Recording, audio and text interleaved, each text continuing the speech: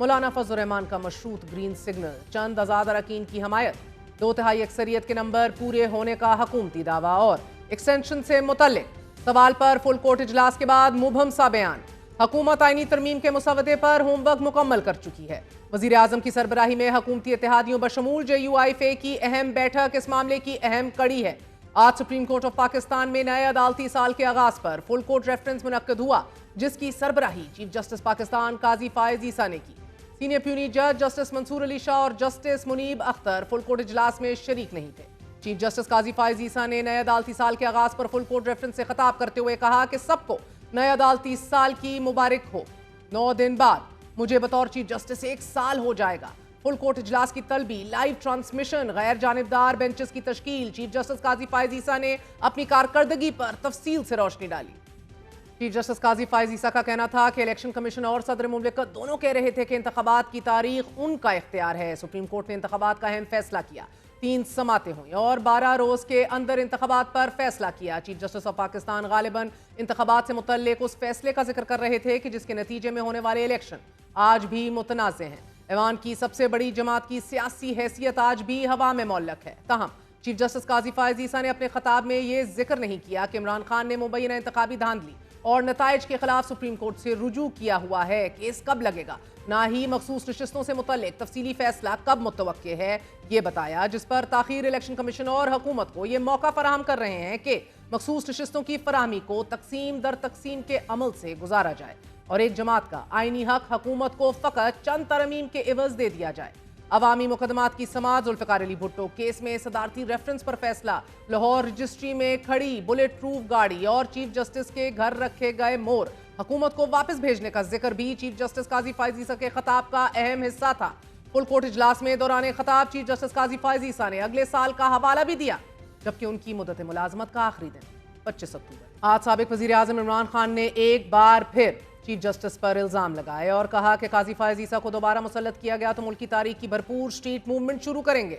उनका कहना था कि काजी फायज ईसा मुल्क की तारीख के जानिबदार तरीन जज हैं। सुप्रीम कोर्ट एक ही इदारा बचा है कि जिसकी तबाही की कोशिश हो रही है। फ्रॉड इलेक्शन को बचाना चाहते हैं, इंतखाबी धांधलियों के खुलने से डरे हुए हैं। साबिक वजीर आजम का इल्जाम है कि 9 मई की जुडिशल इंक्वायरी इसलिए नहीं हो रही कि काजी साहब उनके साथ मिले हुए हैं। ताहम फुल कोर्ट इजलास के बाद सुप्रीम कोर्ट में सहाफियों से गैर रस्मी गुफ्तगू में चीफ जस्टिस काजी फायज ईसा साहब से सवाल हुआ कि राना सनाउल्लाह के बकौल तमाम जजेस की उम्र बढ़ाई जाए तो आप भी मुत्तफिक हैं, जिस पर चीफ जस्टिस ने कहा कि बताया गया कि तमाम चीफ जज साहिबान की मुद्दत मुलाजमत में तोसी कर रहे हैं। मैंने कहा कि बाकियों की कर दीजिए, मैं सिर्फ अपने लिए कबूल नहीं करूंगा। चीफ जस्टिस सुप्रीम कोर्ट ने सहाफी के सवाल का जवाब तो दिया, मगर टेन्योर पोस्टिंग के हवाले से, मगर तमाम जजेस की उम्र बढ़ाई जाने के हवाले से भारहा इबाम जू का तू बाकी है। चीफ जस्टिस की मुद्दत मुलाजमत में तोसी के मामले पर किसी भी किस्म की इबाम की गुंजाइश खत्म करने के लिए सदर आसिफ अली जरदारी और वजीर आजम शहबाज शरीफ 240 की रफ्तार से मुतहर्रिक हो चुके हैं। वजीर आजम शहबाज शरीफ ने इत्तेहादी जमातों के अरकान पार्लियामेंट को आज रात के खाने पर बुला रखा है। जमीयत उलमा इस्लाम पे को शिरकत की खसूसी दावत भी दे रखी है। हुकूमत हर सूरत जजेस की रिटायरमेंट की उम्र बढ़ाने और आला अदलिया में जजेस की तादाद और रोटेशन के हवाले से एक आईनी पैकेज लाना चाहती है। हुकूमत को JUI की हमायत हासिल हुई तो हुकूमत को मजीद 3 वोट दरकार होंगे। सेनेट में हुकूमत को मतलूबा 64 वोट मिलने की कवी उम्मीद है। और दुनिया न्यूज़ की खबर के मुताबिक मौलाना फजल रहमान की मशरूत ग्रीन सिग्नल और कुछ आज़ाद अरकान की हमायत के बाद कौमी असम्बली और सेनेट में 2/3 अक्सरियत के नंबर पूरे कर लिए गए हैं। 4 आज़ाद अरकान की जानिब से भी हुकूमत को मुकम्मल हमायत की यकीन दहानी करा दी गई है। ये तादाद मुसद्दका इतलात के मुताबिक 224 बासानी हो सकती है। हुकूमत का दावा है कि सेनेट में भी JUIFA के ताउन से 2/3 अक्सरियत हासिल कर ली जाएगी। 40 अरकान जो जिनकी दर्जाबंदी अभी भी आज़ाद हैसियत में हो रही है, तो उनको इंगेज करना, that is very much a possibility. ऐसा हो सकता है क्या?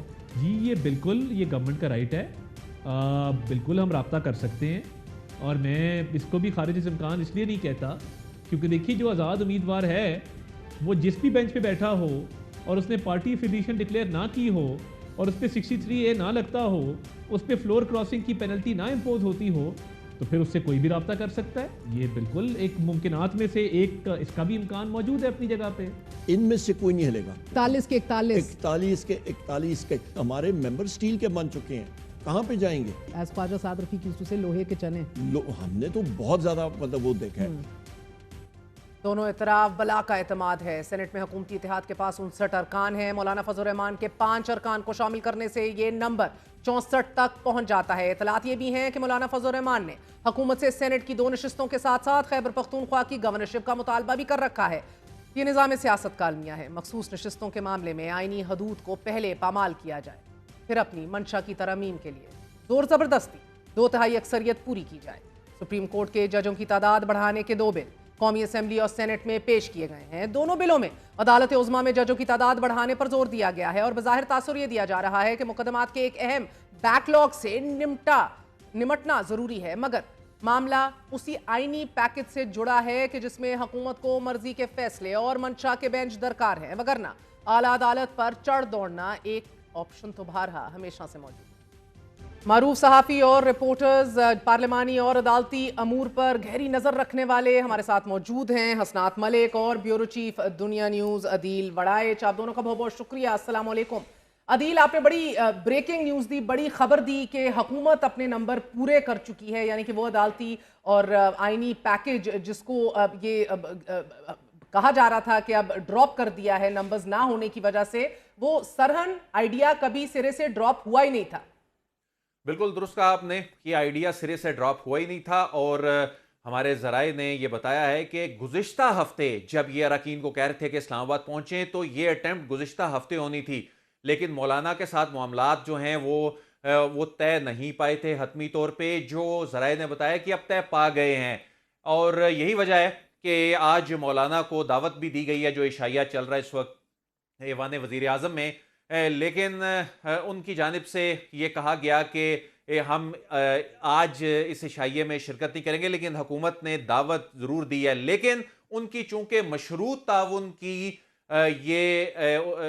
उनकी जानिब से मशरूत ताउन का कहा गया था, उनकी कुछ डिमांड्स हैं जो हुकूमत ने कहा है जी हम पूरी कर देते हैं, तो उनके जो कौमी असम्बली में 8 वोट हैं और 5 वोट जो उनके सेनेट ऑफ पाकिस्तान में है, तो ये हुकूमत को कौमी असम्बली में 224 के नंबर पे ले जाने के लिए और सेनेट ऑफ पाकिस्तान में 64 के नंबर पे ले जाने के लिए ये ज़रूरी है। कौमी असम्बली में जो 4 नंबर का शॉर्टफॉल था, मौलाना के 8 जो मेंबर्स हैं उनके आने के बावजूद वो पाकिस्तान तहरीक इंसाफ के वो आज़ाद अरकान हैं जिनका जो स्टेटस है अभी तक सुप्रीम कोर्ट के फैसले पर अमल दरामद ना होने की सूरत में वो एक आज़ाद अरकान की सूरत में उन्होंने भी यकीन दहानी करा दिया। ये आपने बिल्कुल दुरुस्त कहा, ये कभी ड्रॉप एजेंडे से हुआ ही नहीं था मामला। और हुकूमत जो है, अब से कुछ देर पहले मेरी जो कुछ हुकूमत की अहम शख्सियात से जो बात हो रही थी, तो उन्होंने ये कैटेगोरिकली ये कहा कि जो 25 तारीख को जो एक ट्रांजिशन का जो पीरियड आना है